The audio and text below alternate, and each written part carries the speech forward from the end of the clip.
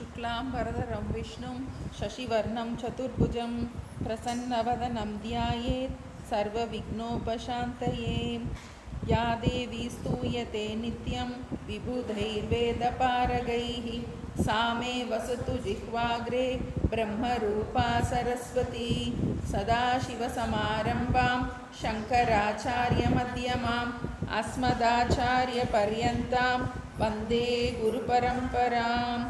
ॐ सहना भवतु सहनौ भुनक्तु सह वीर्यं करवावहै तेजस्विनावधीतमस्तु मा विद्विषावहै। ॐ शान्ति शान्ति शान्तिः। ॐ मातापितृभ्यां नमो नमः। ॐ श्रीगुरुभ्यो नमः। ॐ श्रीमहागणपतये नमः।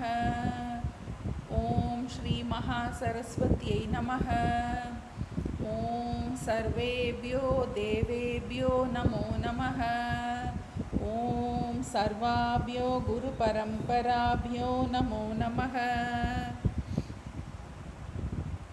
தாயையும் தந்தையும் சத்குருநாதரையும் இஷ்ட தேவதையும் மனதினால் நன்கு பிரார்த்தனை செய்து தியானத்தின் பொருட்டு முறையாக அமர்ந்து கொள்வோமாக.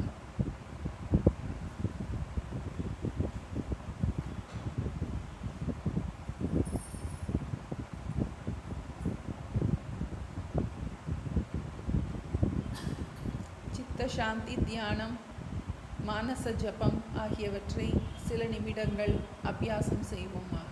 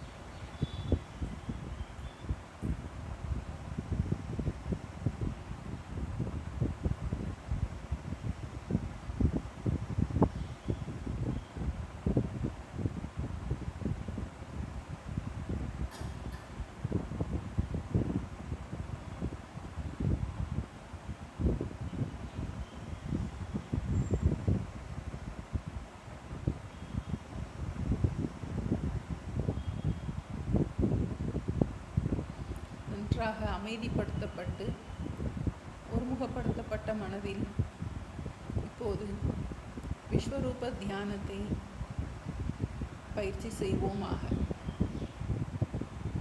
விஸ்வரூப தியானம் என்பது இவ்வுலகை அறிவு கண்ணோடு பார்க்க பழகுவதாகும்.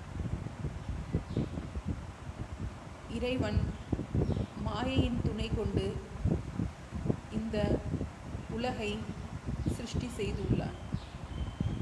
இது ஈஸ்வர சிருஷ்டி.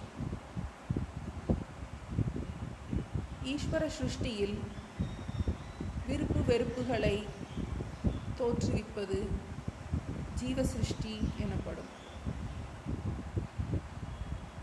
சாஸ்திரங்களை நன்கு ஆழ்ந்து கற்ற ஒருவன் படிப்படியாக தியானத்தில் தனது அபியாசத்தை முறையாக விரிவுபடுத்த தொடங்குகின்றான். முதலில் மனதை அமைதிப்படுத்துவதற்காக சித்த சாந்தி தியானம் பயிற்சி செய்கின்றோம். அமைதிப்படுத்தப்பட்ட மனமானது நன்கு ஒருமுகப்படுத்தும் பொருட்டு மானச ஜபம் அல்லது மானச பாராயணம் அல்லது மானச பூஜை ஏதாவது ஒன்றை நாம் எடுத்துக்கொள்ளலாம். நன்கு ஒருமுகப்பட்ட மனதோடு ஆழ்ந்த கருத்துக்களை சிந்திக்கும் போது அதை ஆழ்மனதில் பதிய வைப்பதற்கு உற்ற உபாயமாக விளங்கும். மானச ஜபத்திற்கோ மானச பாராயணத்திற்கோ சாஸ்திர ஞானம் தேவையில்லை. ஆனால் ஒரு வடிவத்தில் ஒரு இடத்தில் பார்த்த இறைவனை எல்லாவற்றிலும் இருப்பதாக பார்ப்பதற்கு சாஸ்திர ஞானம் அவசியம் தேவைப்படுகின்றது. இறைவனே இந்த உலகிற்கு உபாதான காரணமாகவும் நிமித்த காரணமாகவும் இருக்கின்றான். இதை நாம் ஒருபொழுதும் மறக்கக்கூடாது. இந்த ஞானம் மனதில் நன்கு பதியும் பொழுதுதான் இந்த விஸ்வரூப பாவனை என்பது விஸ்வரூப ஞானமாக பரிணமிக்க தொடங்கும். தொடக்க காலத்தில் எல்லாம் இறைவனே என்று நாம் முதலில் பாவிக்க தொடங்குகின்றோம். ஆனால் விவகாரத்தின் நடுவில் சாஸ்திரத்தில் படித்த கருத்துக்கள்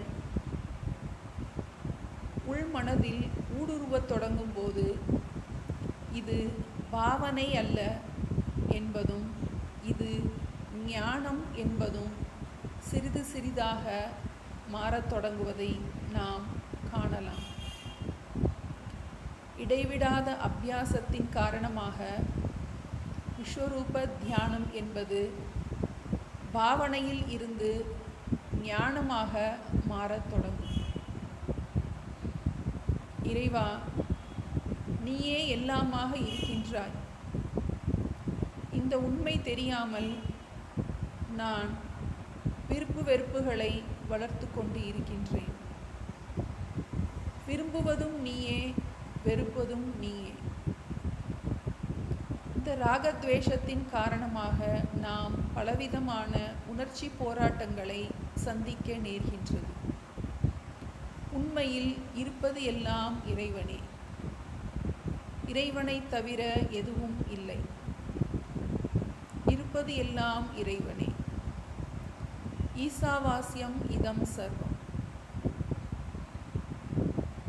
நான் கோபப்படும் நபர்கள் எல்லாம் இறைவனே. நான் பொறாமைப்படும் நபர்கள் எல்லாம் இறைவனே. என்னை எரிச்சல் படுத்தும் நபர்கள் எல்லாம் உண்மையில் இறைவனே. இறைவனை தவிர எதுவும் இல்லை. இந்த கருத்து நமது ஆழ்மனதில் பதியும் அளவு விவகாரத்தில் இதை நாம் பயன்படுத்தி கொள்ள முடியும்.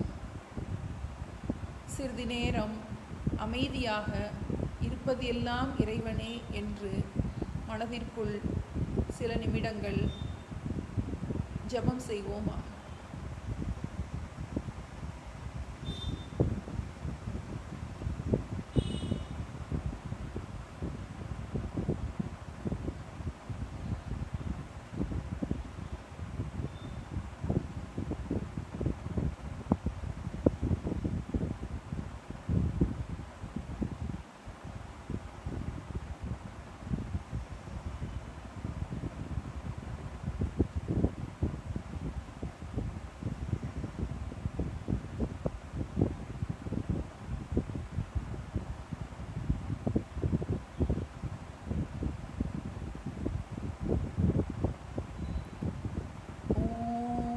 असतो मा सद्गमय तमसो मा ज्योतिर्गमय मृत्योर्मा अमृतङ्गमय ॐ शान्ति शान्ति शान्तिः.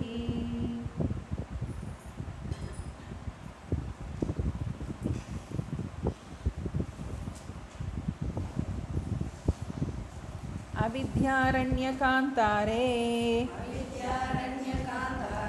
भ्रमतां प्राणिनां सदा भ्रमतां प्राणिनां सदा विद्यामार्गोपदेष्टारं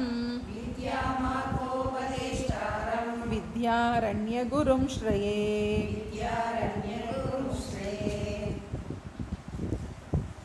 तृप्तिदीप प्रकरणम्. आत्मानं चेद्विजानीयात्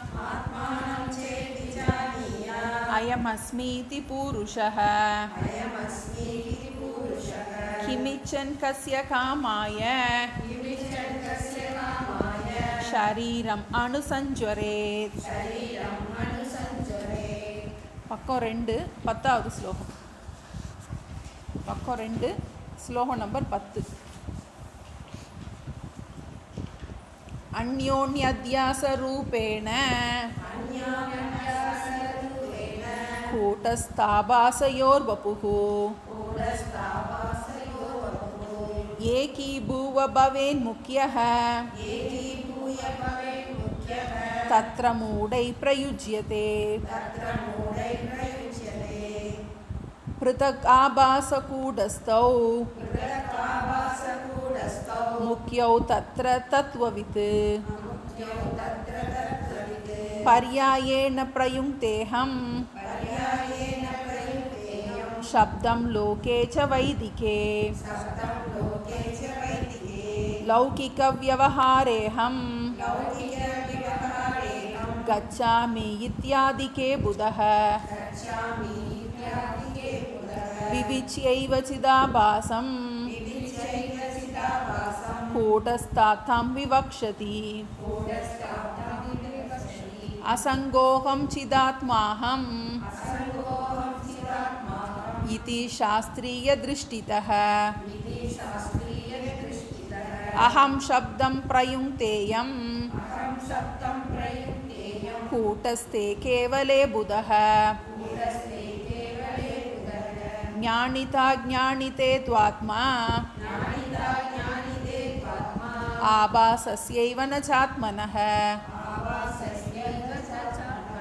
ततच्च कथमाभासः कूटस्थोऽस्मीति बुध्यताम्. नायं दोषश्चिदाभासः कूटस्थैक्यस्वभाववान् आभासस्त्वस्य मिथ्यात्वात् कूटस्थत्वावशेषणात्. कूटस्थोऽस्मीति बोधोऽपि मिथ्या चेन्नेति को वदेत्. न हि सत्यतयाभीष्टं रज्जु सर्पविसर्पणम् तादृशेनापि बोधेन संसारो हि निवर्तते. यक्षानुरूपो बलिः इत्याहुर्लौकिका जनाः. तस्मात् आभासपुरुषः सकूटस्थो विविच्यतम्. कूटस्थोऽस्मीति विज्ञातुम् अर्हतीत् अभ्यतात् श्रुतिः. असन्दिग्धविपर्यस्त बोधो देहात्मनीक्ष्यते. तद्वदत्रेति निर्णेतुम् अयमित्यभिधीयते. देहात्मज्ञानवत् ज्ञानं தேகாத்மஜானபாதகம் ஆத்மன்யேவ பவேத் யஸ்ய சஜீவன்முக்தசுச்யதே சநேச்சன்னபிமுச்யதே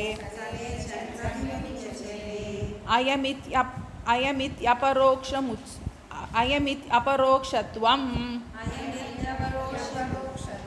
உச்யதே சேத்துதுச்யதாம் ஸ்வயம் பிரகாஷ சைதன்யம் அபரோக்ஷம் சதா யதஹ பரோக்ஷம் அபரோக்ஷஞ்ச ஞானம் அஜ்ஞானமித்யதஹ நித்யாபரோக்ஷரூபோபி द्वयं स्यात् दशमे यदा இப்போ நம்ம பிரகதாரண்யக உபனிஷத் மந்திரத்தில் ஆத்மானம் சேத் விஜானியாத் அயம் அஸ்மி இதி பூருஷः கிமிச்சன் கஸ்ய காமாய ஷரீரம் அனுசஞ்சுவரேத். முதல்ல அந்த பூருஷங்கிற அந்த சப்தத்தை பார்த்தோம் நம்ம. அப்புறம் அடுத்தது ஆத்மானம் விஜானியா தன்னை அறிதல் அப்படின்னு அந்த ரெண்டு பார்த்துட்டோம். புருஷங்கிறது நமக்கு கூடஸ்தனும் சைத்தன்யமும் சேர்ந்தது தான் நம்ம புருஷன்னு சொல்கிறோன்னு பார்த்தோம். அப்புறம் அயம் அஸ்மி ஆத்மானம் விஜானியா தன்னை அறிதல். அப்போ அயம் அஸ்மின்னு யார் சொல்கிறா அப்படின்னு அந்த கேள்வி வரும்போது நமக்கு சிதாபாசன் தான் சொல்கிறான். ஆனால் அது ஒரு தோஷம் இல்லை அப்படிங்கிறத நல்லா நீளமாக பார்த்துட்டோம். ஏன்னா ரெண்டு பேருக்கும் ஒரு அம்சம் மித்யா அம்சம், ஒரு அம்சம் சத்திய அம்சம். அதனால் மித்யா அம்சத்தை நம்ம எடுத்துட்டு நம்ம என்ன சிதாபாசன் தன்னை மித்தியான்னு புரிந்து கொண்டு தன்னை சித்தென்று தன்னை அசங்கக அப்படின்னு சொல்கிறான் அப்படிங்கிறத பார்த்துட்டோம் நம்ம. இப்போ அடுத்தது மூணாவதாக அந்த அயம்ங்கிற பதம், இது அப்படிங்கிற அந்த பதத்தை நீளமாக விசாரிச்சுட்ருக்கோம் நம்ம. எதனால் இந்த அயம் சப்தம் இந்த அப்படின்னு நமக்கு அது அபரோக்ஷத்தை குறிக்கிறதுக்காக இந்தங்கிற பதத்தை நம்ம பயன்படுத்துகிறோம் அப்படின்னு சொல்லும்போது நமக்கு விபரீத பாவனை ரொம்ப திடமாக இருக்கின்றது. அந்த திடமான விபரீத பாவனையை நீக்குவதற்காக, ஏன்னா நம்ம எப்படி தேகாத்ம ஞானவத் ஞானம் தேகாத்ம ஞான பாதகம் ஆத்மன்யேவ பவேத் யஸ்ய ச ஜீவன் ச நேச்சன்னபி முச்சியதே. யாருக்கு தேகம் நான் அப்படிங்கிற அந்த எண்ணம் இருக்கோ அது மாதிரி நமக்கு யாருக்கு தேகம் நான் அல்லங்கிற எண்ணம் ஆழமாக வருகின்றதோ அவன்தான் ஜீவன் முக்தன். அப்போ அந்த அளவுக்கு நமக்கு திடம் இருக்கா? இல்லை, நமக்கு நம்மளால் திடமாக சொல்ல முடியல. அப்போ அந்த இடத்துல நம்ம எங்கே தப்பு பண்ணுறோம், எதனால நம்மளால் அதில் திடமாக இருக்க முடியல? அதனால ஏன்னா இது நமக்கு ரொம்ப ஆழமான இடமா இருக்குது. இப்போ பரோட்ச ஞானம் அபரோக்ஷ ஞானம் அந்த இதை நம்ம பார்த்தோம். அதை சொல்லிட்டு அடுத்த ஸ்லோகத்தில் என்ன சொல்கிறாரு, 21வது ஸ்லோகத்தில் நம்ம பார்த்துட்டு இருந்தோம்.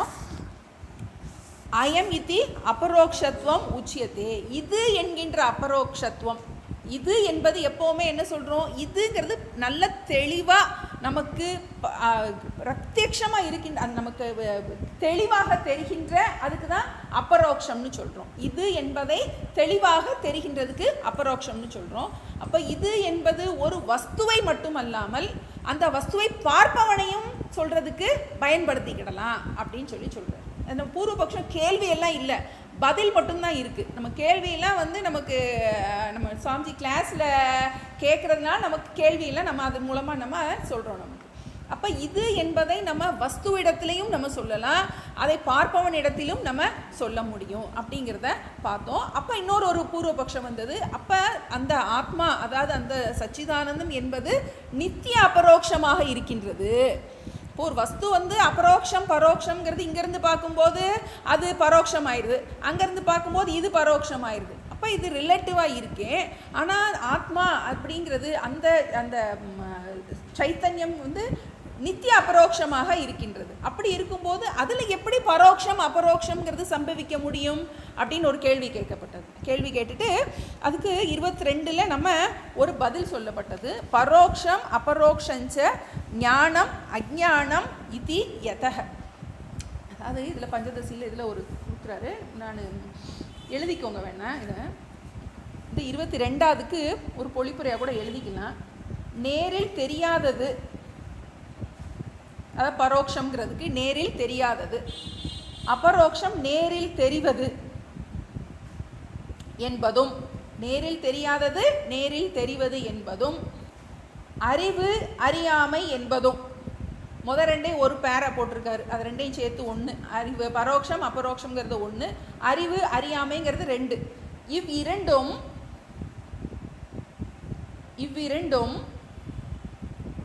எப்பொழுதும் தெரிந்து கொண்டே இருக்கின்ற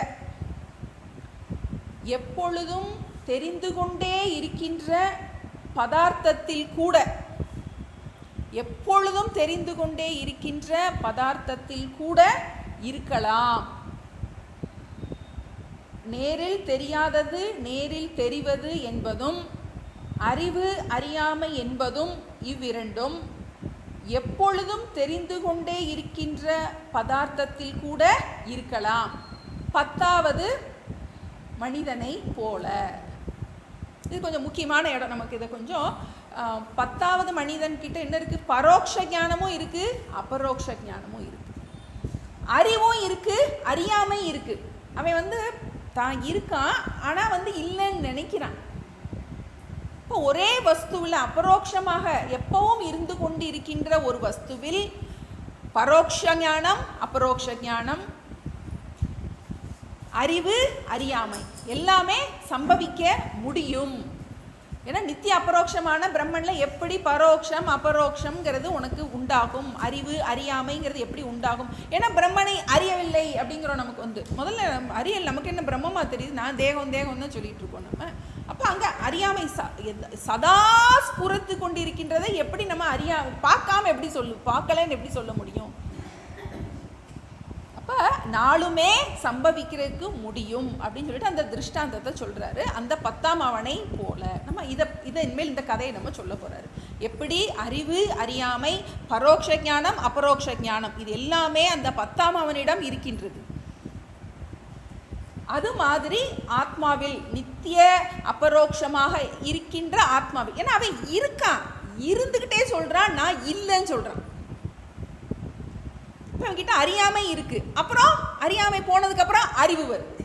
அந்த அறிவு எப்படி வருது? முதல்ல பரோட்சமாக இருக்கு, அப்புறம் அபரோக்ஷமாக இருக்கு. இப்போ ஒரு நீ கண்ணு முன்னாடி இதுக்கு ஒரு எக்ஸாம்பிள் சொல்கிறேன், இருந்துக்கிட்டே இல்லைன்னு இப்படி சொல்கிறேங்கிறத சொல்கிறேன் அப்படிங்கிறதுக்கு அந்த எக்ஸாம்பிளை சொல்ல போகிறாரு. நமக்கு ஏற்கனவே படித்த எக்ஸாம்பிள் தான். ஆனால் கொஞ்சம் நம்ம கொஞ்சம் திருஷ்டாந்தத்துக்கு முக்கியத்துவம் கொடுக்காம நம்ம இனிமேல் தார்ஷ்டாந்தத்தை நம்ம உள் வாங்கிறதுக்கு எதுனால் அது ஒரு என்ன ரொம்ப சூக்ஷ்மமாக இருக்கின்றது நமக்கு. ஏன்னா மற்ற அறிவு எல்லாமே பார்க்கப்படும் பொருள்களை பற்றிய அபரோக்ஷ ஞானம் பரோட்ச ஞானம். ஆனால் இது சப்ஜெக்டை பற்றின பார்ப்பவனை பற்றிய அபரோக்ஷ ஞானம். இப்போ இந்த இடத்துல நம்ம அதை என்ன பண்ண முடியாது? நம்ம மற்ற வஸ்துக்களில் மாதிரி என்ன பண்ண முடியாது? பார்க்க அந்த ஒரு இடத்துல நமக்கு பரோட்சமாக இருக்குது, அப்புறம் போய் பார்த்து நமக்கு அது அபரோக்ஷ ஞானமாக ஆகின்றதுன்னு சொல்கிறோம் நம்ம. இப்போ நமக்கு ஹிமாலய பர்வதம் இங்கேருந்து பார்க்கும்போது எனக்கு பரோட்ச ஞானம், யார் கேள்விப்பட்டது அது காணாத ஞானம். நாங்கள் போய் பார்த்தா தான் என்ன ஆகுது? அது அபரோக்ஷ ஞானமாக. அது எல்லாமே பார்க்கப்படும் பொருள்களில் இப்படி தான் இருக்க முடியும், பரோட்சமும் அபரோக்ஷமும். ஆனால் ஆத்மா நித்திய அபரோக்ஷம். அந்த நித்திய அபரோக்ஷத்துலேயே என்ன போட போகிறோம்? பரோட்சமும் பரோட்சம் அபரோக்ஷம் ரெண்டுமே இருக்குது. அது எப்படி அப்படிங்கிறதுக்கு அந்த 10ஆம் அவனுடைய அதை சொல்கிறாரு. நம்ம இன்னும் நல்லா ஆழமாக பார்ப்போம். நம்ம அடுத்ததை 23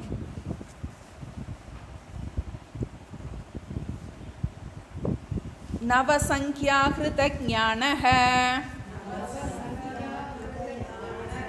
தசமோ விப்ரமத்ததா நவேதி தசமோஸ்மிதி வீக்ஷ்யமானோபி தான்னவ நவசங்கியாஹ்ருதஞானஹ தசமோ விப்ரமாத்ததா நவேதி தசமோஸ்மிதி வீக்ஷ்யமானோபி தான்னவ. இப்போ இது வந்து வித்யாரண்யருடைய ஸ்பெஷாலிட்டி. இவருடைய இந்த 10ஆம் அவன் கதை வந்து வித்யாரண்யருடைய, அவர் தான் முதல்ல இந்த இது சம்பிரதாயத்தை கொண்டு வந்திருக்கார் போல் தெரியுது. இதிலிருந்து நம்ம கைவல்ய நவநீதத்தில் இதே இதை நமக்கு தாண்டவராய சுவாமிகள் நம்மளை புரிய வைக்கிறதுக்காக இதே திருஷ்டாந்தத்தை பயன்படுத்துகிறாருன்னு பார்த்தோம். இது வந்து எப்படி நமக்கு தொடங்குன்னு தெரியும். 7 அவஸ்தைகள், சப்த அவஸ்தைகள். எப்படி வந்து நமக்கு வந்து அறியாமை தொடங்கி பிரம்மத்தை கொண்டு போய் சேர்றதுக்கு வரைக்கும் அந்த 7 அவஸ்தைகள் சொல்லப்படுகின்றது. பொதுவாக நமக்கு வந்து ஞான யோகம் அப்படின்னாலே வந்து ஸ்ரவணம், மனனம், நிதித்தியாசனம் 3 தான் நம்ம சொல்லுவோம். ஸ்ரவணம்னா முதல்ல தத்துவ விசாரம் செய்து சகல சந்தேகமும் போய் தானாக அபரோக்ஷ ஞானம். நமக்கு வந்து முதல்ல அந்த சாஸ்திரத்தை நம்ம நல்ல உள் வாங்கி நம்ம படிக்கிறது ஸ்ரவணம். அடுத்து மனனம், சந்தேகமற படிச்சுக்கிறது. அப்புறம் நிதித்தியாசனம், அதை படித்த விஷயத்தை ஆழ் மனதில் பதிய வைப்பது, படித்ததை பதிய வைப்பது. இப்போ ஸ்ரவணத்தில் இருக்கின்ற 7 படி, இந்த 7 படியுமே அஞ்ஞானம் முதல் பிரம்மம் வரை இருக்கின்ற இது எல்லாமே என்னது, ஸ்ரவணத்தில் இருக்கின்ற 7 படிநிலைகள் அப்படி நுட்பமாக சொல்கிறார். ஏன்னா இது நல்லா உனக்கு நல்லா புரிஞ்சாதான் அதுக்கப்புறம் என்ன பண்ண முடியும், நீ மனனத்துக்கும் நிதித்தியாசனத்துக்கும் போக முடியும்.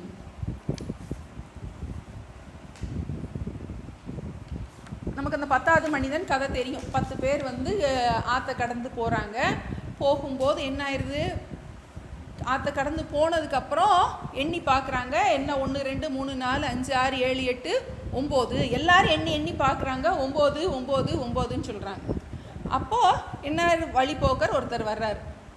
வந்து என்ன பண்ணுறாரு, எல்லாரும் உட்காந்து என்ன பண்ணிட்டு இருக்காங்க, அழுதுட்டுருக்காங்க. ஒரு ஆள் இன்னது 6 முழுங்கிருச்சு அப்படின்னு சொல்லிட்டு அழுதுட்டுருக்காங்க. அப்போ அந்நேரம் அவர் வந்து என்ன பண்ணுறாரு, ஒருத்தரையா இல்லை முட்டி முட்டி அழுறாங்களாம். ஒரு ஆளை காணோன்னு முட்டி அழுறாங்களாம் வந்து.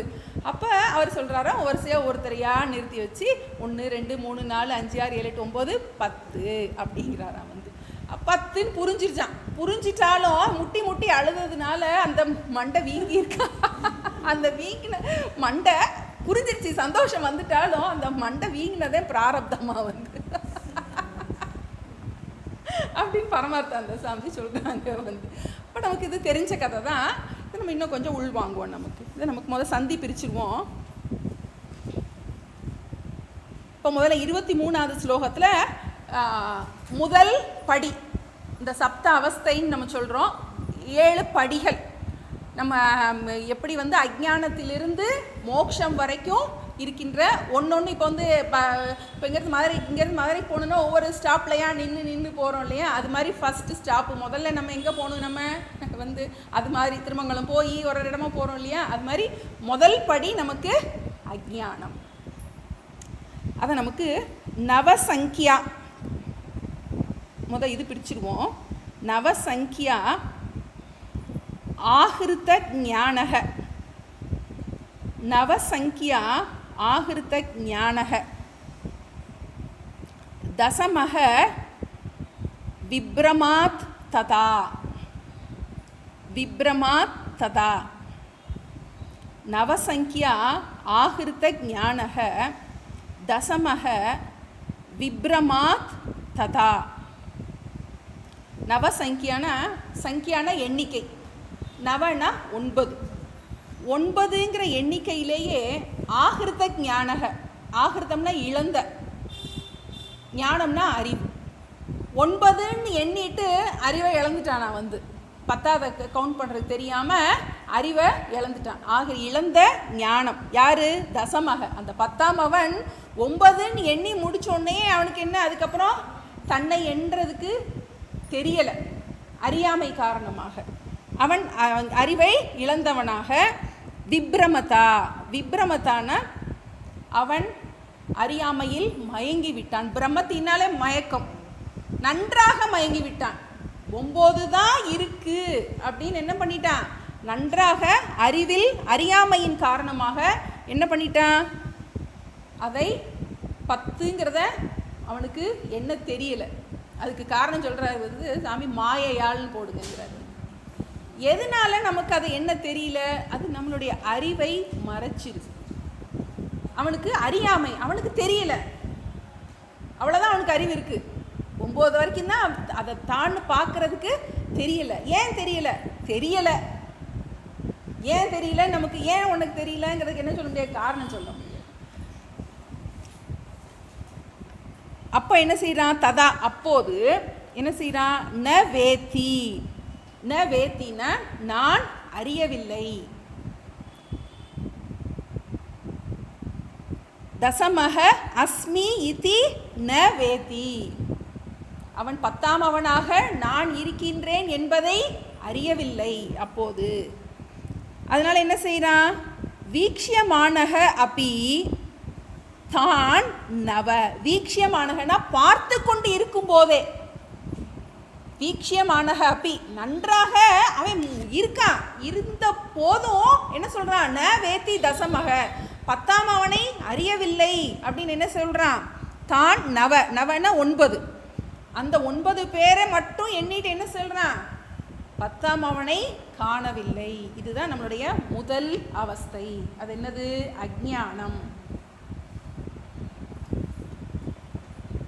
10வது மனிதன் தன் அபரோக்ஷமா இருக்கான், அவன் இருக்கான், ஆனா அவன் தான் 10ஆம் அவன்கிறது அவனுக்கு தெரியல. அப்ப அபரோக்ஷமான வஸ்துவிடத்திலும் அஞ்ஞானம் சம்பவிக்க முடியும் என்பதற்கு இதை ஒரு திருஷ்டாந்தமாக நம்ம சொல்றோம். நித்திய அபரோக்ஷமாக அவன் இருக்கான், அபரோக்ஷமா இருக்கான், இருந்துகிட்டே அவனுக்கு தான் தான் தெரியாம இல்லை அப்படின்னு சொல்லிட்டு அந்த அஞ்ஞானம் நம்மளுடைய முதல் அவஸ்தை. தேடுபவனே தேடப்படும் பொருள் என்பதை மறந்து விட்டான். தேடுறவன் தான் தேடப்படும். எதை தேடிக்கிட்டே இருக்கமோ, நான் என்னையவே தேடிக்கிட்டு இருக்கேன். அந்த 10ஆம் அவன் தன்னை தேடிக்கிட்டு இருக்கான், நான் என்ன தேடிக்கிட்டு இருக்கேன். தேடுபவனே தேடப்படும் பொருள் என்பதை புரிய வைக்கிறதுக்காக இதில் இந்த கதையை சொல்கிறார் நமக்கு. நவசங்கியா ஆகிருத்த ஞானக, எதனால் அவன் அந்த மாதிரி அதிலே நின்றுட்டானா, 9லே நின்றுட்டான்னா, அவன் பகிர்முகமாக இருக்கான். அவன் தன்னை பார்க்காம பகிர்முகமாக இருக்கிறதுனால என்ன பண்ணுறோம், நம்ம அதிலையே ஒன்றுலையா இதை பார்த்தோன்னே அட்ராக்ட் ஆயிரும், அதை பார்த்தோன்னே அட்ராக்ட் ஆயிரும். பார்ப்பவனை பார்க்காமல் பார்க்கப்படும் பொருள்களையே என்ன பண்ணிகிட்டு இருக்கோம், பார்த்துக்கிட்டு. பார்ப்பவனை பார்க்காம எண்ணுபவனை எண்ணாமல், யார் கவுண்ட் பண்ணுறானோ அவனை எண்ணாமல் மற்றவங்களையே என்ன பண்ணிகிட்டு இருக்கோம், எண்ணிக்கிட்டு இருக்கோம். அதனால் தான் தான் அது அப்படிங்கிறது தெரியலை. இப்போ முதல் அவஸ்தை அஞ்ஞானம். நவசங்கியா ஆகிருத்த ஞானக, அறிவை இழந்தவனாக அந்த 10வது மனிதன், அறியாமையின் காரணமாக அறிவை இழந்தவனாக அந்த 10வது மனிதன் 10ஆம் அவனை காணவில்லை அப்படின்னு சொல்லி சொல்றான். வீக்ஷியமானக அப்பி, அதான் ரொம்ப முக்கியம். பார்த்து கொண்டு இருக்கும் போதே அவன் தான் தான் எல்லாத்தையும் அவன் தான் எண்றான், ஆனால் என்ன பண்ணிடுறான், தன்னை மட்டும் என்ன மறந்துடுறான். தான் நவ, நவனா அந்த 9 பேரை எண்ணிக்கொண்டிருக்கின்ற அவன் அதை மறந்து விட்டான். இப்போ இது முதல் அவஸ்தைன்னு பார்த்தோம். இப்போ அஞ்ஞானம்தான் முதல் காரணம். தான் தான் அவர்கள் 9, அவர்கள் 9 பேரை, தான் நவ, நவன 9, தான்னா அவர்கள் 9 பேரை அவன் பார்த்து கொண்டு அதை மட்டும் பார்க்குறான். இதை பார்க்கல, தான் தான் அந்த அப்படிங்கிறத, அந்த 10ஆம் அவன் தான் தான் என்பதை பார்க்கவில்லை. இப்போ இதுதான் முதல் படி, நமக்கு முதல் அஞ்ஞானம். அடுத்தது நமக்கு அடுத்த படி நம்ம பார்க்க போகிறோம். நமக்கு தெரியும் ஆவரணம் அப்படின்னு தெரியும் நமக்கு. நம்ம இதில் அவர் எப்படி சொல்கிறாருன்னு பார்ப்போம். 24 நபாதி நாஸ்தி தசமஹ இதி ஸ்வம் தசமம் ததா மத்வா வக்தி ததஞானம் கிருதமாவரணம் விதுஹு நபாதி நாஸ்தி தசமஹ இதி ஸ்வம் தசமம் ததா மத்வா வக்தி ததஞான கிருதம் ஆவரணம் விதுஹு.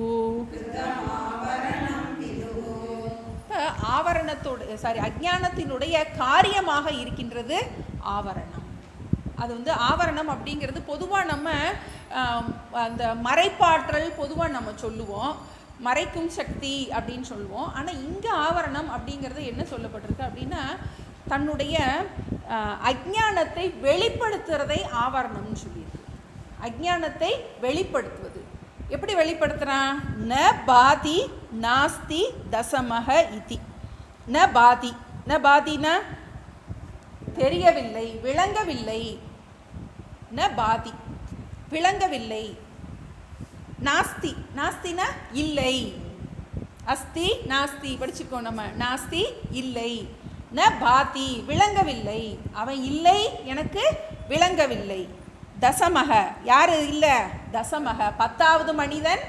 நாஸ்தி ந பாதி இதின என்று, என்று ஸ்வம் தசமம் ததா, அப்போது, ததானா அப்போது, ஸ்வம் தசமம் அந்த அந்த தானே, அந்த 10ஆம் அவனாகிய தானே என்ன சொல்கிறான்?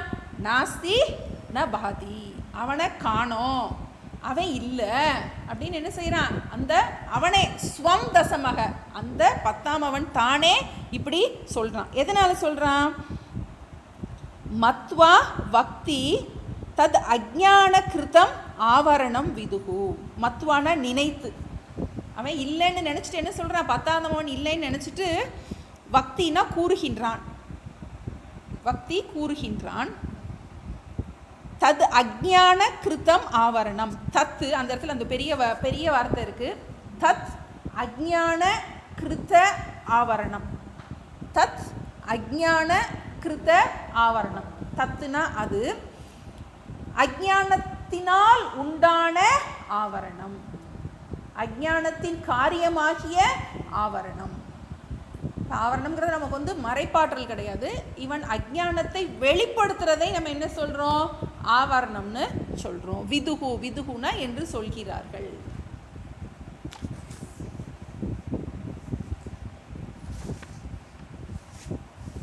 என்ன சொல்கிறான்? ந பாதி நாஸ்தி, 10ஆம் அவன் இல்லை, அவன் விளங்கவில்லை. 10 பேர் வந்தோம், இப்போ 9 பேர் தான் இருக்காங்க. 10ஆம் அவன் இல்லவே இல்லை, அவனை காணலை. 9 பேர் தான் இருக்காங்க. நல்லா எண்ணிப்பாரு, நல்லா திரும்ப திரும்ப எண்றேன், ஒவ்வொருத்தனும் எண்றேன். எல்லாரும் 10 பேர் எண்றேன். 10 பேர் எண்ணும் போது 9 வருது.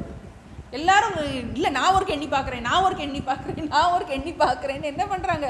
எல்லாரும் எண்ணி பார்த்துட்டு எல்லாரும் எண்ணும் போதும் 9 தான் வருது. அப்போ எல்லாரும் தன்னை விட்டுட்டு எண்ணிக்கிட்டு இருக்காங்க. நாஸ்தி ந பாதி இதி தசமக ஸ்வம், தானே அந்த 10ஆம் அவன்கிறத என்ன பண்ணிடுறான்? அதை தெரியாமல் இருப்பது தத் அஜ்ஞானகிருத ஆவரணம். இதுவே ஆவரணத்திற்கு நமக்கு டெஃபினிஷன். ஆவரணம்னா என்ன? அஜ்ஞானத்தின் வெளிப்பாடு. அஜ்ஞானத்தின் வெளிப்பாடு முதல்ல என்னது? ஆவரணம். இல்லை, காணோம், எனக்கு நிம்மதி இல்லை, எனக்கு திருப்தி இல்லை அப்படின்னு சொல்லணும் இல்லையா? பின்னாடி வரப்போகுது நமக்கு. என்னத்தை தொலைச்சிட்டு சுற்றிக்கிட்டு கிடக்கும் இது கதை புரிஞ்சிடும் நமக்கு. வந்து என்னத்தை தேடி தேடி தேடிக்கிட்டே இருக்கோம். நான் பிறந்ததுலேருந்து தேடி தேடி ஓடி ஓடி ஓடி ஓடி என்னத்தை தேடுறோம்? நிம்மதி, திருப்தி, திருப்தி, திருப்தி, திருப்தின்னு என்ன பண்ணுறோம்? தேடிக்கிட்டு இருக்கோம். அப்போ அதுதான் நம்ம என்ன பண்ணுறோம்? தேடுபவனே தேடப்படு பொருளாக. இப்போ இதில் கிடச்சிருமா, அதில் கிடச்சிருமா, 10 எல்லாம் என்ன பண்ணுறோம் நம்ம? ஒன்றும் இல்லையா, இதில் கிடச்சிராதா, அதில் கிடச்சிராதா, இப்போ நிம்மதியாக இருந்துட மாட்டோமா, அப்போ நிம்மதியாக இருந்துட மாட்டோமான்னு திரும்ப திரும்ப இங்கிட்டு அங்கிட்டு இங்கிட்டு அங்கிட்டு என்ன பண்ணுறோம்? ஓடுறோம். இந்த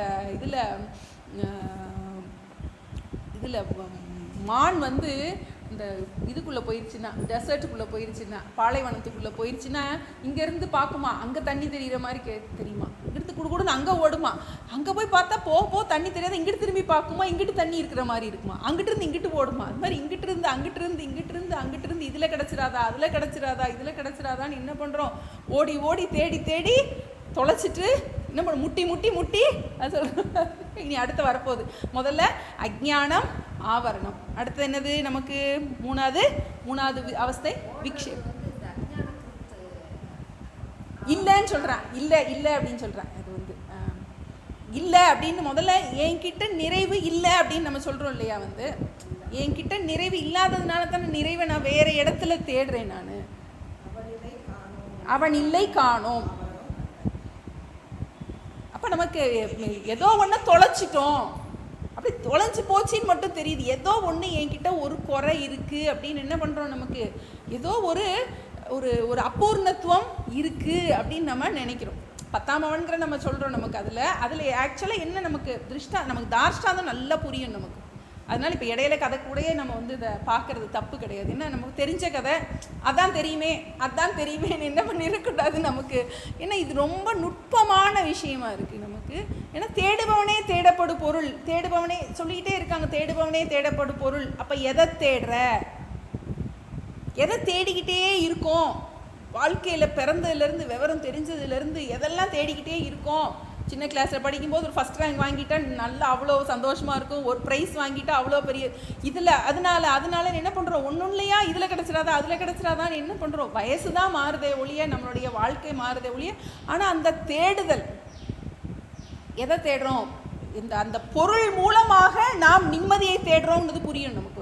அந்த பொருளை கிடைக்கிறதன் மூலமாக, அந்த உறவுல ஒரு சந்தோஷம் கிடைக்கிறதன் மூலமாக என்ன பண்ணுறோம், நமக்கு அதே ஒரு நிறைவு, அது ஒரு ஆபாசமான அந்த போலியான ஒரு நிறைவு. அதையே தேடி தேடி போகிறோம். ஆனால் உண்மையில் என்ன பண்ணுறோம், தேடுபவனே தேடப்படும் பொருள். எந்த நிம்மதியை நம்ம தேடிக்கிட்டு வெளியே தேடி தேடி தேடி தேடி ஓடுறோமோ அது வந்து நான் தான். அந்த 10ஆம் இல்லாத இடம் தேடி ஞான தங்கமே அப்படிங்கிறது மாதிரி நமக்கு எங்கெங்கேயோ தேடுறோம். ஆனால் தேடுபவனே தேடப்படும் பொருள் புரியுது, தேடுபவனே தேடப்படும் பொருள் புரியுது. ஆனால் நமக்கு என்ன பண்ண வேண்டியது, அந்த பூர்ணத்துவத்தை நம்ம ஓனப் பண்ண வேண்டியது இருக்குது. நான் பூர்ணன் அப்படிங்கிறது என்ன பண்ணணும், நமக்கு எந்த ஒரு சிச்சுவேஷன்லையும் அதை வந்து மறக்கக்கூடாது. ஓங்காரநாத சாமிஜி ஒரு அது சொல்லுவாங்க. வந்து அவர் பரமாத்தாந்த சாமிஜிக்கிட்ட படிச்சுட்டு இருந்தபோது பரமாத்தாந்த சாமிஜி அவருக்கு நிறைய டெஸ்ட்டெல்லாம் வைப்பாராம். அப்போ அவர் ஒரு நாள் கேட்டாராம், வந்து ஓங்காரநாதா ஒரு லட்டு இருக்குது, மோட்சம் இருக்குது, உனக்கு என்ன வேணும், லட்டு வேணுமா மோட்சம் வேணுமா அப்படின்னு சொல்லி கேட்டாராம். உடனே அவர் சொன்னாராம், வந்து மோட்சம்தான் வந்து என்னுடைய சொரூபமாச்சே, எனக்கு லட்டை கொடுங்க அப்படின்னாரா. நம்ம என்ன சொல்லுவோம், மோட்சம் வேணும்னு கேட்போம். நம்ம மோட்சம் வேணும்னு கேட்டோம்னா நம்ம எதில் இருக்கோம், ஜீவனாக இருக்கோம்னு அர்த்தம். டக்குன்னு நமக்கு வந்து என்ன வரணும், மோட்சம் வேணுமா லட்டு வேணுமா? ஆமாம்,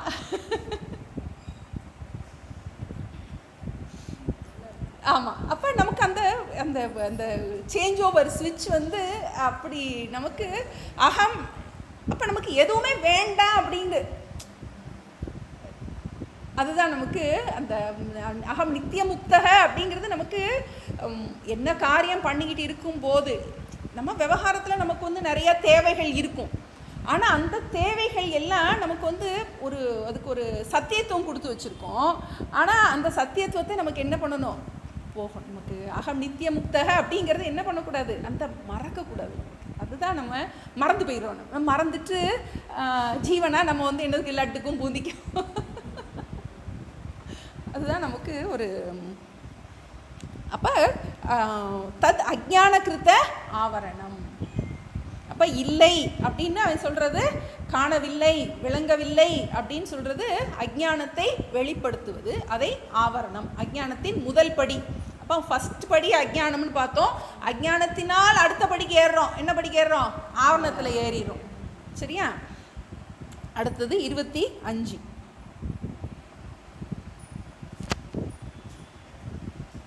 நத்யாம் மமார தசமஹ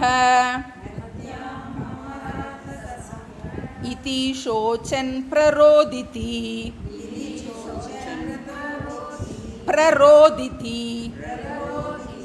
அஜ்ஞானகிருத விக்ஷேபம் ரோதனாதிம் விதுர்புதா நத்யாம் மமார தசமஹ இதி ஷோச்சன் பிரரோதிதி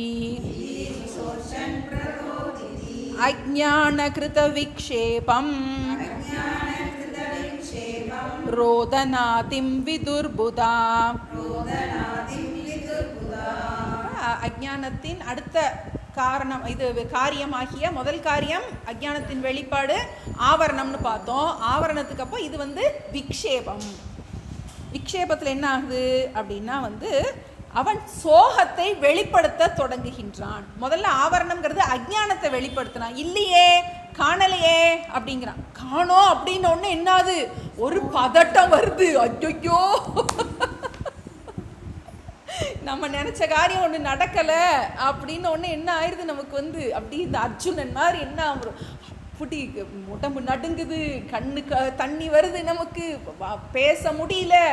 அப்படி என்ன ஆகுது, கிடு கிடு கிடு கிடுன்னு என்ன ஆகுது, நமக்கு ஒரு கஷ்டம் வந்த உடனே என்ன பண்ணிடும், அப்படி ரோதத்தி. ரோதத்தினா அழுவுறது, காதத்தி ரோதத்தி ரோதத்தி. நத்யாம், நத்யாம்னா நதியில்.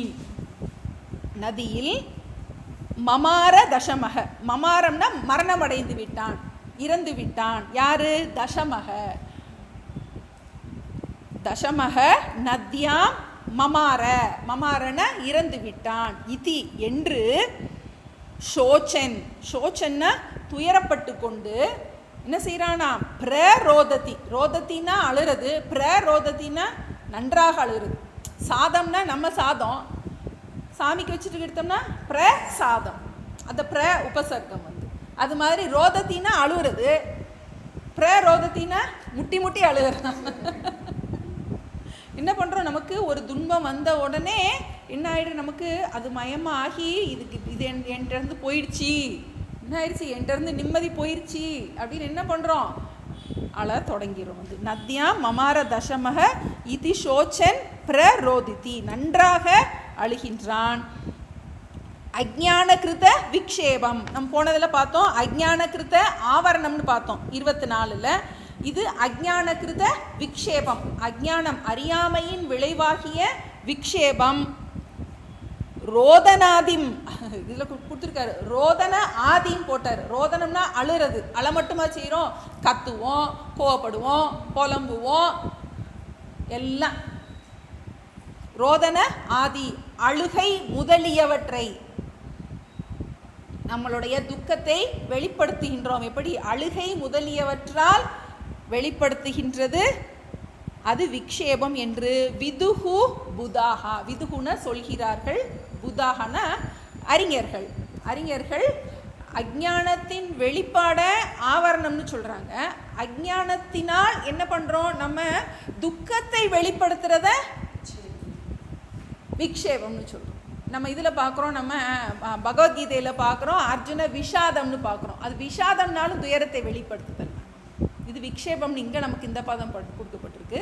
அங்கே நம்ம பகவத்கீதையில் அர்ஜுனன் துக்கத்தை வெளிப்படுத்துவது. அது மாதிரி இங்கே என்ன பண்ணுறான், முதல்ல அஜ்ஞானத்தை வெளிப்படுத்துகிறான். நாஸ்தி ந பாதி, தெரியவில்லை விளங்கவில்லைன்னு சொல்கிறான். இப்போ அடுத்து என்ன பண்ணுறான், தன்னுடைய துயரத்தை வெளிப்படுத்துகின்றான். எப்படி?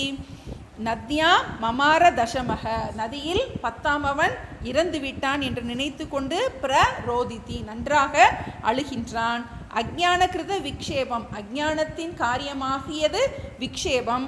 அதனால என்ன பண்ணுறான், அந்த விக்ஷேபத்தின் காரணமாக ரோதனாதிம் பலவிதமான உணர்ச்சிகள் அவனுக்கு என்ன ஆகுது, செயல்பட முடியல, நடுங்குது. நம்மளால் அடுத்து என்ன பண்ணனே தெரியல, கண்ணை கெட்டி விட்டது மாதிரி என்ன ஆயிரும், நம்ம அப்படி ஸ்தம்பிச்சு ஒரு பிரச்சனை வந்தோடனே என்ன ஆயிடுது, அப்படி என்னது he stood as a stone அப்படிமா, அப்படி பாறையாக உறைஞ்சு போய் என்ன ஆயிரும், ஒரு பிரச்சனை வந்த உடனே நம்மளால் என்ன பண்ண முடியல, அதை நம்மளால் தாங்க முடியல. அது காரணமாக ஒரு ஆள் போயிட்டேன், 10ஆவது ஆள் போய் சேர்ந்துட்டேன்னு என்ன பண்ணுறான், ஓன்னு அழுறான். இது விக்ஷேபம். இப்போ நம்ம 3 பார்த்துட்டோம், அஜ்ஞானம், ஆவரணம், விக்ஷேபம். அடுத்தது 4வது பரோக்ஷ ஞானம். பரோக்ஷ ஞானம். நம்ருதோ தசமோஸ்மீதி ஸ்ருத்வா வாசனம் ததா பரோக்ஷத்வேன தசமம் வேதி ஸ்வர்காதி லோகவத். நம்ருதோ தசமோஸ்மீதி ஸ்ருத்வாப்த வசனம் ததா பரோக்ஷத்வேன தசமம் வேதி ஸ்வர்காதி லோகவத். இப்போ பரோட்ச ஞானத்தை சொல்றதுக்கு ஒரு திருஷ்டாந்தத்தோட சொல்றாரு. நமக்கு வந்து ந மிருத்தக, நம்ம முதல்ல சந்தியை பிரிச்சிருவோம். ந மிருத்தக, ந மிருத்தக, ந மிருத்தகன்னா இறக்கவில்லை, ந இறக்க, ந மிருத்தக தசமக அஸ்தி இதி. அந்த இடத்துல 3 சந்தி இருக்கு. தசமக அஸ்தி இதி, தசமக அஸ்தி, அஸ்தினா இருக்கிறான், 10ஆம் அவன் இருக்கின்றான், இதி என்று ஸ்ருத்வா ஆப்தவச்சனம் ததா. ஸ்ருத்வானா ஸ்ருத்வா பிரிச்சுக்கோங்க முதல்ல சந்தி. ஸ்ருத்வா ஆப்தவச்சனம் ததா, ததா அப்போது அந்த பக்கம் கூட யார் வர்றார்? ஒரு நேர்மையான அறிவுள்ள ஆப்த வச்சனம், ஒரு நேர்மையான ஒரு நம்பத்தகுந்த ஒருத்தர் வர்றார். அந்த பக்கம் வழிபோக்கர் வர்றார். ஸ்ருத்வானா கேட்டு, ஸ்ருத்வா கேட்டு, ஆப்த வச்சனம் வழிகாட்டக்கூடிய ஒருவர் வச்சனத்தை கேட்டு அவர் என்ன சொல்றாரு? ந மிருத்தக தசமக, 10ஆம் அவன் சாகல, அஸ்தி இருக்கிறான். இப்ப என்ன பண்றாரு? 10ஆம் அவன் இருக்கிறான், எங்கோ இருக்கான். அவன் சாகல, எங்கேயோ இருக்கான் அப்படின்னு என்ன சொல்றாரு? அது என்னன்னு நமக்கு அவனுக்கு புரியல. 10ஆம் அவன் இருக்கிறான், அஸ்தி இதி ஆப்தவச்சனம் ததா பரோக்ஷத்வேன தசமம் வேதி. பரோக்ஷத்வேன, பரோக்ஷத்வேன எங்கோ இருப்பதாக. பரோட்சம்னா எங்கோ, வேற எங்கேயோ கண்ணு முன்னாடி அவன் பார்க்கல, வந்து அவன் யாருன்னு அவனுக்கு தெரியல. அப்போ அவன் எங்கேயோ 10ஆம் அவன் எங்கேயோ இருக்கான். நம்மள வேலை வந்து என்னது, ஆறு முழுங்கல, நதி முழுங்கல, எங்கேயோ 10ஆம் அவன் இருக்கான் அப்படின்னு நினச்சிட்டு இருக்கான். பரோக்ஷத்வேன தசமம் வேதி, எங்கோ இருப்பதாக தசமம் அந்த 10ஆம் அவன் அறிகின்றான். எப்படி அப்படிங்கிறதுக்கு ஒரு திருஷ்டாந்தம். ஸ்வர்காதி லோகவத்து, ஸ்வர்க்கம் முதலிய லோகங்களை போல. இப்போ ஸ்வர்க்கம் இருக்கு அப்படிங்கிறது நமக்கு எப்படி தெரியும்? யாரோ சொல்லி நமக்கு தெரியும், நம்ம நேரடியாக பார்க்கல, காணாத ஞானம். அதுக்கு பேர் இங்கிலீஷில் செகண்டரி நாலேஜ். நம்ம நேர போய் பார்த்தேன் அப்படின்னா அது பிரைமரி நாலேஜ், அது வந்து கண்ட ஞானம். இப்போ நான் வந்து கங்கையை போய் பார்த்துருக்கேன் அப்படின்னா அது வந்து அபரோக்ஷ ஞானம். நான் பார்த்தேன், எனக்கு தெரியும் அப்படின்னா அது அபரோக்ஷ ஞானம். ஒருத்தவங்க பார்த்துட்டு வந்து சொன்னதை நான் படித்து தெரிஞ்சுக்கிட்டேன், கங்கை இருக்குன்னு தெரிஞ்சுக்கிட்டேன், அதனுடைய இதெல்லாத்தையும் நான் சுயமாக எனக்கு என்ன கிடைக்கல, நான் பார்க்கல, பார்த்தவங்க சொன்னதை வச்சு தெரிஞ்சுக்கிட்டேன். அது மாதிரி ஸ்வர்காதி லோகவத். இப்போ ஸ்வர்க்கங்கிறத நம்ம யாரும் பார்த்ததில்லை, அதில் வர்ணனைகள் இருக்குது, சொர்க்கத்தில் இப்படி இருக்குது அப்படி இருக்குது எல்லாம். என்ன பண்ணுறோம், நம்ம நச்சிகேதன் பார்க்குறோம், அவன் யம தர்மராஜாட்ட போயிட்டு வர்றான்னு பார்க்குறோம். அப்போ அதெல்லாம் நம்ம கேள்விப்படுறோம். யமலோகம்னு ஒன்று இருக்குது, சொர்க்கம்னு ஒன்று இருக்குது, நரகம்னு ஒன்று இருக்குது. இதெல்லாம் சினிமாவில் காட்டுற மாதிரி கதவாக திறக்கும், அங்கே உள்ள தேவர்கள் எல்லாம் இருப்பாங்கன்னு. என்னது இதெல்லாம் நமக்கு பரோட்ச ஞானம். அது மாதிரி 10ஆம் அவன் இருக்கின்றான் அப்படிங்கிறது பரோட்ச ஞானம். அப்போ அது மாதிரி முதல்ல நமக்கு நீயே ஆனந்தம் அப்படின்னு சொல்லும்போது அது நமக்கு பரோட்ச ஞானமாக தான் இருக்குது. நானே ஆனந்தம்னு புரிஞ்சாதான் அது வந்து அபரோக்ஷ ஞானமாக ஆகும். இப்போ நம்ம இப்போ வரைக்கும் தேடுறவனாக தான் இருக்கோம். நமக்கு கண்டுபிடிச்சாதான் அகம், அந்த அந்த தேடுபவனே தேட பொருளாகப்படும் பொருளாக நான் இருக்கின்றேன் அப்படிங்கிறத அதை என்ன பண்ண முடியும், நம்ம ஓனம் பண்ணும்போது அது அஸ்மி ஆகுது நமக்கு வந்து. இப்போ பரோட்ச ஞானம்ங்கிறது அஸ்தி, தசமக அஸ்தி. அப்போ அவனுக்கு தசமக அஸ்மி, நான் தான் அந்த 10ஆம் அவன்னு புரியும் போது அது அபரோக்ஷ ஞானமாக ஆகின்றது. இப்போ நம்ம 4 படி பார்த்துட்டோம். நம்ம முதல்ல அஜ்ஞானம், அஜ்ஞானத்தின் வெளிப்பாடாகிய ஆவரணம், துக்கத்தின் அஜ்ஞானத்தின் காரணமாக துக்க வெளிப்பாடாகிய விக்ஷேபம், அடுத்தது பரோட்ச ஞானம். இது வரைக்கும் பார்த்துருக்கோம். இனி அடுத்து இன்னும் 3 படிகள் இருக்குது, நமக்கு தெரியும் ஏற்கனவே. அடுத்தது அடுத்த படி பரோட்ச ஞானத்துக்கு அடுத்து அபரோக்ஷ ஞானம், அடுத்தது சோக நிவிர்த்தி, அடுத்து ஆனந்த பிராப்தி. அது ரொம்ப முக்கியமானது, கொஞ்சம் ஆழமான விஷயங்கள். நம்ம அடுத்த கிளாஸில் நம்ம பார்ப்போம். முடிச்சிருவோம் டீச்சர். அது கொஞ்சம் ஆழமாக நமக்கு ஒரே ஸ்லோகத்தில் 3 சொல்கிறாரு. நமக்கு ரொம்ப அவசரமாக போக வேண்டாம் நமக்கு, ஏன்னா முக்கியமான பகுதியாக இருக்குது. ஏன்னா அவர் சொல்கிறாரு அபரோக்ஷ ஞானம், அடுத்து துக்க நிவர்த்தி, அப்புறம் ஆனந்த பிராப்தி தேவையா? ஏன்னா துக்க நிவர்த்தி மட்டும் எல்லாம் உடனே நடக்குது. ஆனால் துக்க நிவர்த்தியோடு நிப்பாட்டிட்டோம் அப்படின்னா அங்கே வந்து சூன்யவாதம் வந்துருமா, அங்கே நுட்பமான அங்கே சூன்யவாதம் வந்துடும். அப்போ அந்த இடத்துல ஒரு ஆனந்த பிராப்தி அப்படின்னு நம்ம சொல்கிறோம். ஆழமாக சொல்கிறாரு, கொஞ்சம் நிதானமாக போகணும். இன்றைக்கி 4 கிளாஸ் பார்த்துட்டோம், நம்ம 4 ஸ்லோகம் பார்த்துருக்கோம். இனி அடுத்த கிளாஸில் நம்ம அடுத்ததை பார்ப்போம். அந்த பாட்டு கைவிலை நவநீதத்தில்